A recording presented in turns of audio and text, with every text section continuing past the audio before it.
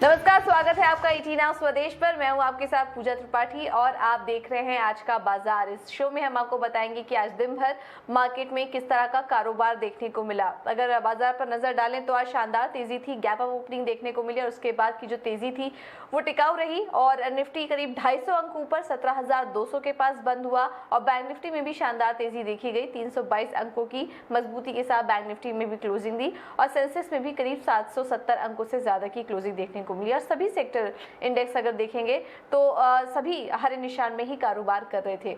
और किस तरह का एक्शन था आज दिन भर बाजार में, ये भी समझ लेते हैं। प्रियंका हमारे साथ जुड़ चुकी है पूरी जानकारी के साथ। प्रियंका, बताइए। जी देखिए, बिल्कुल आज अगर आप मार्केट्स की बात करें तो आज पूरे सारे सेक्टर्स हरे निशान में बंद हुए हैं। एक बड़े गैप अप के साथ निफ्टी बैंक निफ्टी दोनों खुलते हैं। एक रेंज में कारोबार करता है निफ्टी और बैंक निफ्टी तो बहुत ही टाइट रेंज में कारोबार करता है, लेकिन निफ्टी ने जो परफॉर्मेंस दिखाई लास्ट के कुछ मिनटों में, रिलायंस 2.5% से ज्यादा तेजी के साथ बंद हुआ। 17,200 एक बड़ा इंपॉर्टेंट रेजिस्टेंस भी बाजार के लिए बताया जा रहा था और शार्प उस तक ही बंद हुआ है निफ्टी। तो यहाँ से बुलिश सिग्नल्स जरूर इंडिकेट करता है।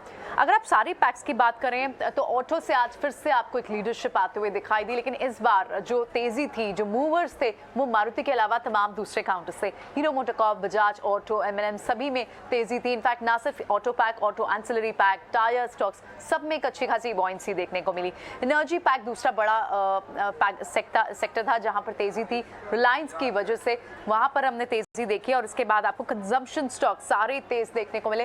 कल जब इंडोनेशिया के पाम ऑयल बैन पर क्लैरिफिकेशन आई, उसके बाद से आपने देखा सारे कंज्यूमर डिस्क्रिशनरी स्टॉक्स में एक फिर से तेजी लौटी। बड़े सेक्टर रिजल्ट्स भी हैं, जिससे पहले एक मोमेंटम प्ले भी आप देख रहे हैं। बजाज फाइनेंस के रिजल्ट्स हैं, HUL के रिजल्ट्स हैं, बजाज ऑटो के रिजल्ट्स हैं, जिन पर इस वक्त स्ट्रीट की नजर भी, एक्सपेक्टेशन भी और उस एंटिसिपेशन में आप मूव्स भी क्लियरली देख रहे हैं। इनफैक्ट कुछ और स्टॉक्स जहां पर, और बैंकिंग स्टॉक्स में भले एक लिमिटेड रेंज में आज कारोबार होता हुआ दिखाई दे, लेकिन सारे फाइनेंस काउंटर्स में अच्छी खासी बुलिशनेस थी just in the wake of Bajaj finance results. चाहे वो होम फाइनेंस काउंटर हो, व्हीकल फाइनेंस काउंटर हो, गोल्ड फाइनेंस काउंटर्स हो, चोला फाइनेंस में हमारे स्ट्रीट को क्या खबर है वो भी हमने सुबह ही बताई, जिसके बाद हम देखा पूरे फाइनेंस काउंटर्स में अच्छी खासी तेजी देखने को मिली।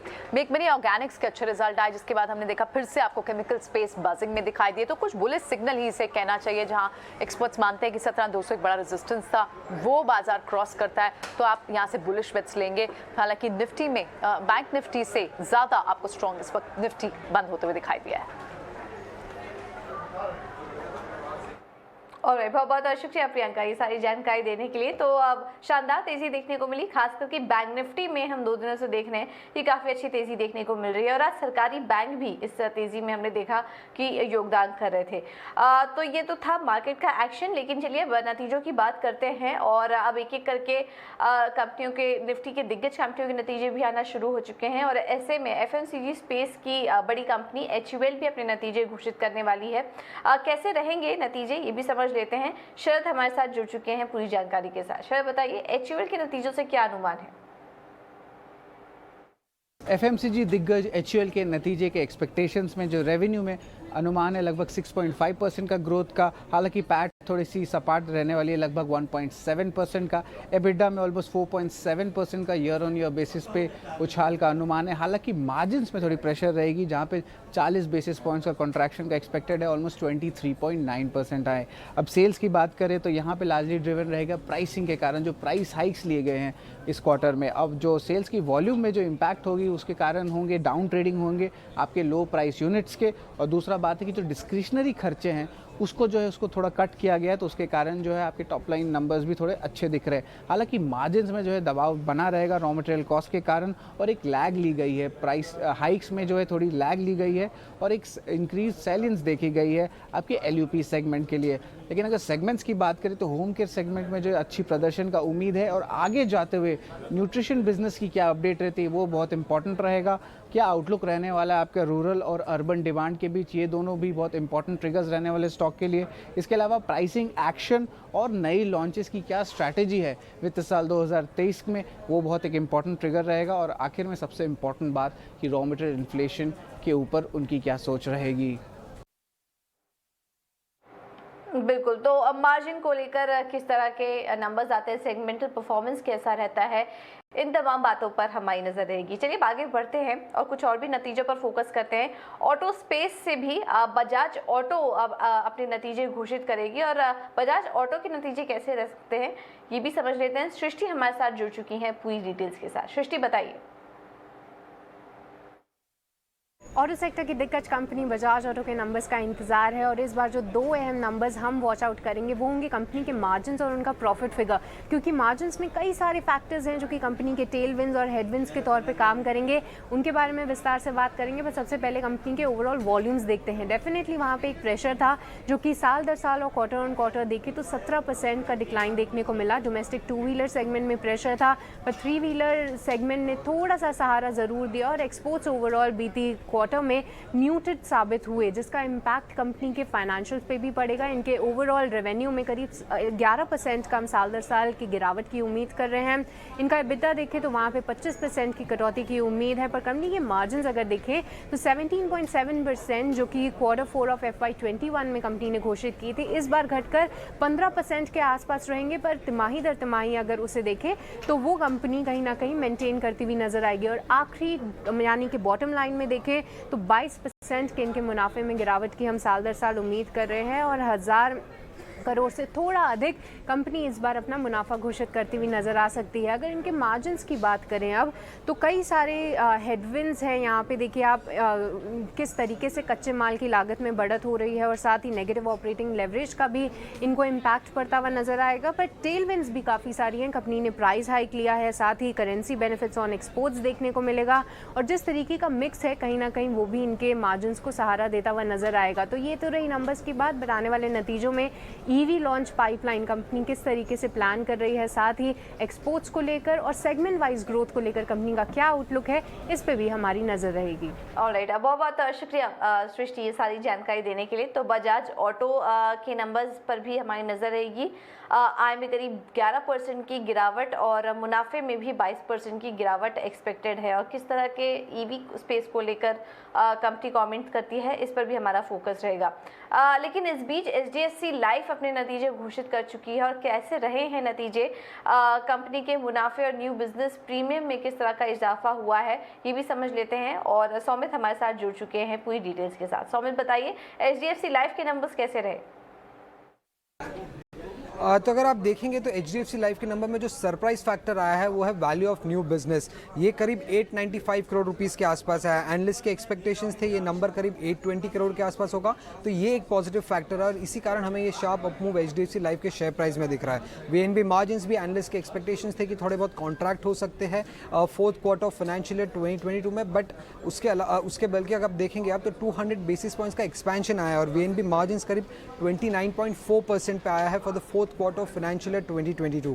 उसके अलावा जो बाकी नंबर्स है न्यू बिजनेस प्रीमियम AP ये बैंक इन लाइन आया है एनालिस्ट एक्सपेक्टेशन के सामने। न्यू बिजनेस प्रीमियम करीब 8% से ग्रो किया है, वाइल AP अगर हम देखेंगे तो उसमें 6% का ग्रोथ ईयर ऑन ईयर दिखा है। नेट प्रॉफिट में भी करीब 12.5% का growth year on year record किया है कंपनी ने और 358 करोड़ रुपीस का net profit for the fourth quarter of financial year 2022 company ने रिपोर्ट किया है। एम्बेडेड वैल्यू अगर हम देखते हैं तो उसमें भी करीब 13% का ईयर ऑन ईयर जंप हुआ है और एम्बेडेड वैल्यू करीब 30,000 करोड़ रुपीस के आसपास आया है HDFC लाइफ का। उसके अलावा अगर आप परसिस्टेंसी रेशियो देखते हैं for 13th month and 61st month, ये दो नंबर की इंपॉर्टेंट रहते हैं, वो भी स्टेबल रहे हैं पिछले क्वार्टर और पिछले साल के पिछले ईयर से भी अगर हम कंपेयर करते हैं फॉर HDFC लाइफ। बट जो पॉजिटिव फैक्टर आया है वो है VNB नंबर 895 करोड़ के आसपास, एनालिस्ट के एक्सपेक्टेशंस 820 करोड़ के आसपास के थे। ऑलराइट, तो अच्छी ग्रोथ यहाँ पर देखने को मिली है। मार्केट शेयर में भी इजाफा इस बार हुआ है और कुछ ही देर में हमारी कंपनी के मैनेजमेंट से बात भी होगी। चलिए अब आगे बढ़ते हैं और कुछ और भी स्टॉक्स जहाँ पर क्या दिन भर एक्शन था वो भी समझ लेते हैं। और अदानी ग्रुप की कंपनियों में हम जिस तरह से देख रहे हैं लगातार एक तेजी का ट्रेंड बना हुआ है, ऐसे में अदानी विल्बर में भी हमने देखा कि लिस्टिंग के बाद से वहाँ पर भी एक अच्छे गेंस दिखाई दे रहे हैं और लिस्टिंग के कुछ ही समय बाद मार्केट कैप के मामले में निफ्टी की 11 बड़ी कंपनियों को भी पीछे छोड़ दिया है अदानी विल्मर ने।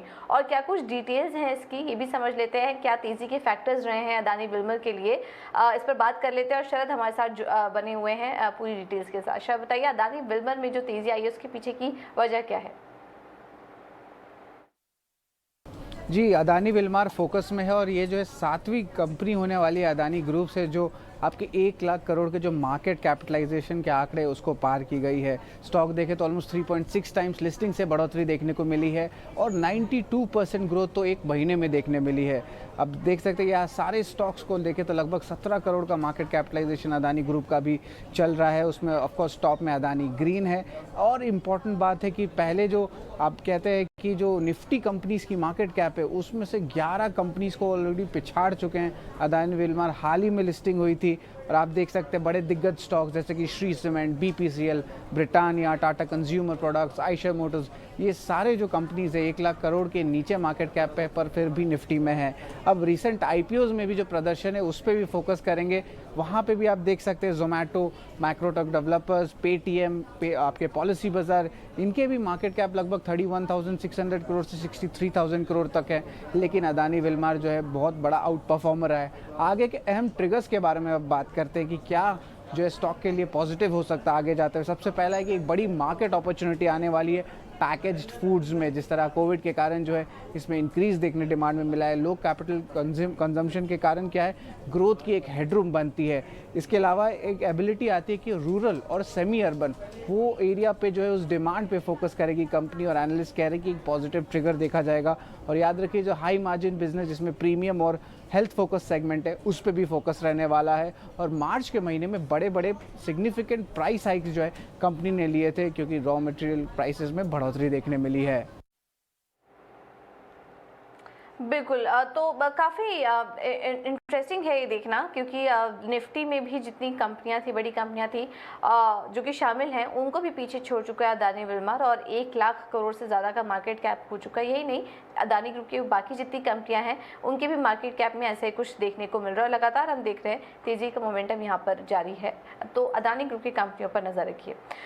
चलिए अब आगे बढ़ते हैं और बात करते हैं कि कमोडिटी मार्केट में आज किस तरह का एक्शन बन रहा है और विश्व मोहन हमारे साथ जुड़ चुके हैं पूरा अपडेट लेकर। विश्व मोहन बताइए। देखिए, आज क्रूड की बात करें तो शुरुआती तेज़ी दिख रही थी क्रूड में, लेकिन वो तेज़ी अब गायब होती दिख रही है। करीब करीब 1% तक फिसल चुका है ब्रेंट क्रूड का भाव। कल हमने देखा था कि 4% से ज़्यादा गिर गए थे क्रूड के दाम। पिछले हफ्ते भी 5% से ज़्यादा की गिरावट देखी, तो अच्छी खासी करेक्शन अब क्रूड कीमतों में आ गई है। ग्लोबल डिमांड को लेकर चिंता है, ग्लोबल ग्रोथ को लेकर चिंता है और चीन में जो शंघाई में जिस तरह से लॉकडाउन लगाए थे उसी तरह से एक्सटेंडेड लॉकडाउन बाकी कई शहरों में, दर्जन भर शहर ऐसे हैं चाइना के जहाँ पर लॉकडाउन लगा दिए गए हैं। बीजिंग को लेकर अब चिंता है और मास लेवल पर कोविड की टेस्टिंग हो रही है और जो शंघाई में जिस स्टाइल से लगाए गए थे लॉकडाउन वैसा ही बीजिंग का भी हाल हो सकता है। तो अगले 5 दिन काफ़ी अहम होंगे चाइना को लेकर। वहाँ से किस तरह की डिमांड निकलती है वो अब क्रूड कीमतों को यहाँ पर ड्राइव करेंगे। सोने और चांदी की बात करें तो यहाँ पर कई दिनों की कमजोरी के बाद अब हल्की खरीदारी आज यहाँ पर दिख रही है। 200 रुपये के आसपास की तेजी हम गोल्ड में देख रहे हैं, 300 के आसपास। चांदी भी मजबूत है। डॉलर भी 2 साल की ऊंचाई से यहाँ पर नरमी आई है, उससे भी यहाँ पर सपोर्ट मिल रहा है। लेकिन अभी भी कुछ ऐसे फैक्टर्स हैं जो गोल्ड को ड्राइव करेंगे, यानी ग्लोबल ग्रोथ को लेकर अगर यहाँ पे चिंता बढ़ती है। लेकिन अब गोल्ड सबसे ज़्यादा अगर नज़र किस बात को रखा है वो है फेड का डिसीजन क्या होता है, मई में कितना ब्याज दरों में बढ़ोतरी होती है, इस पर फेड का फैसला, इस पर पूरे ही बुलियन मार्केट की नज़र है। फिर गोल्ड एक डिसाइसिव मूव वहाँ से ले सकता है। जी ओके, ठीक है। तो ये कुछ अपडेट क्रूड मार्केट की तरफ से भी आपको दे दिया है। कच्चे तेल और सोने चांदी में किस तरह की चाल है वो भी हमने आपको बताई। क्रूड में जो तेज़ी दिख रही है वो यहाँ पर टिकते हुए नज़र नहीं आ रही है, उसके पीछे की वजह भी हमने आपको बताई। बहुत बहुत शुक्रिया विश्व मोहन ये सारी जानकारी देने के लिए। चलिए अब आगे बढ़ते हैं और इस बुलेटिन को यहीं समेटते हैं, लेकिन जाते जाते आपको सुनवा देते हैं कि मार्केट के एक्सपर्ट्स का क्या राय बन रही है बाजार पर। और ऐसे में हमने गिरी कैपिटल के मैनेजमेंट से हमने बात की। हर्ष पटवर्धन हमारे साथ जुड़े थे और उनका क्या राय बन रही है बाजार पर, आइए आपको एक बार सुनवा देते हैं। गिरी कैपिटल के मिस्टर पटवर्धन को भी शामिल करते हैं अपने डिस्कशन में। बहुत बहुत धन्यवाद आज हमसे बात करने के लिए। सबसे पहले ये बताएं कि जो लास्ट 3-4 दिन से बात निकल के आ रही है कि ये इन्फ्लेशन वाला मैटर आउट ऑफ हैंड है, ये लिक्विडिटी को कर्ब करेगा, एक तरफ रेट हाइक्स के चलते, दूसरी तरफ डिमांड डिस्ट्रॉय करेगा। क्या ये फियर्स पूरी तरह इन द प्राइस हैं या आपको लगता है कि इन इश्यूज के चलते वैल्यूएशन मल्टीपल्स थोड़ा और श्रिंक हो सकते हैं, इसलिए इन्वेस्टर्स को कॉशियस रहना चाहिए? Harshad. inflation, I think, is a buzzword everywhere, not just in India but elsewhere. And this kind of inflation हम काफी टाइम के बाद देख रहे हैं. Particularly globally, people say that it was in mid 70s. In case of India, also we had one bout of inflation a few years back, but this is a relatively new phenomenon, and it is primarily because of both supply side issues and demand side issues. तो मुझे लगता है कि inflation का behaviour कैसा रहेगा ये अभी प्रेडिक्ट करना बहुत मुश्किल है, because things are very very dynamic. As you know that it is not just the economics part of it, but also geopolitics that is impacting it. So it's very difficult to predict which way it will go. तो मुझे नहीं लगता है कि पूरी तरह से inflation is priced in all the stocks. I think what is very important to do is in this result season, it's very important to understand what the various managements are saying. Consumer FMCG companies, consumer durable companies के managements who are actually facing the brunt of commodity price inflation, and what do they see on the ground? कितने हद तक price pass on कर सकते हैं, उससे demand पे क्या असर पड़ सकता है, ये सब मैनेजमेंट कमेंट्री के बाद I think in probably 6 to 8 weeks time we will get a better handle of that. Also, how do the central bankers respond to this situation? I think central bankers are in a very unenviable position right now, because clearly they have a mandate to temper down inflation, but at the same time they shouldn't act so much that it impacts demand. तो मुझे लगता है कि next 2-3 महीने काफी दिलचस्प है, काफी डिफिकल्ट है, पर्टिकुलरली फॉर फंड मैनेजर्स. बिल्कुल हर्षद, इतने सालों का तजुर्बा अब आप इस तरह के मार्केट में ही टेस्ट होता है अल्फा क्रिएट करने के लिए. आपकी फर्म तो काफ़ी अच्छा अल्फा क्रिएट करती है. हर्षद, एक और पॉइंट ये है कि क्या आप ये मानते हैं कि worse of commodity high prices अब जो है इन द प्राइस है? क्योंकि अगर आप, मैं डेटा पॉइंट देख रहा था अभी, रीसेंट टॉप से सारी कमोडिटीज मेल्ट डाउन हो रही हैं.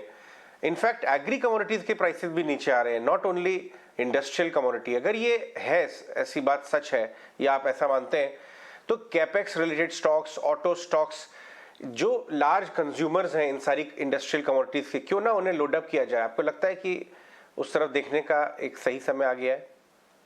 तो मैं तो स्टॉक रिकमेंडेशन तो नहीं दूंगा. आप जो कह रहे हैं वो बिल्कुल सही है, लेकिन समझो कि ये यूरोप में अभी वॉर चल नहीं रहा होता तो मैं आपसे बिल्कुल सहमत होता कि lot of it is priced in. But this war is going on, and as they say in military lingo, that wars are easy to start but very very difficult to stop. तो ये किस तरह से जाएगा वो बिल्कुल पता नहीं. Particularly energy, gas and oil prices. If something happens whereby the supply of gas to Europe, for example, stops, either Russia stops it or Europe stops buying it, तो मुझे लगता है कि वॉर को चलते अभी ये नतीजे पे पहुंचना थोड़ी जल्दबाजी होगी. लेकिन if you take war out of the equation, then I tend to agree with you that a lot of it is probably priced in. And as you rightly pointed out, look at energy, look at agri commodity, look at metals. All these prices are off their highs.